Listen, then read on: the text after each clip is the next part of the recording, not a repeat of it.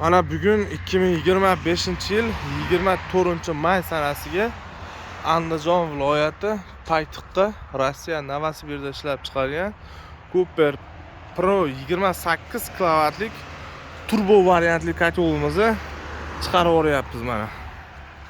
Tepalarida miyasi bor, pastga ventilyator tushadi. Bu ventilyatorning foydasi mayda ko'mirda ham, qo'l o'tinda ham bemalol yoqaveradi. Kim shuna sifatli va rossiyskiy o'zimiz ishlab chiqargan kotellar kerak bo'lsa, pastga raqamlarga aloqa chiqaverasizlar. Bizning manzil Farg'ona viloyati Qo'shtepa tumanida. Pastga raqamlarga Telegramdan yozsalar, joyimiz lokatsiyasini jo'natib beramiz. Pro turbo kotelimiz xuddi shunaqa ko'rinishda bo'ladi. Bizda 20 xildan ortiq ko'mirli kotellar bor. Videoga like bosib, ko'mirli kotellar bilan tanishlaylik. Shu videoni jo'natib qo'yamiz.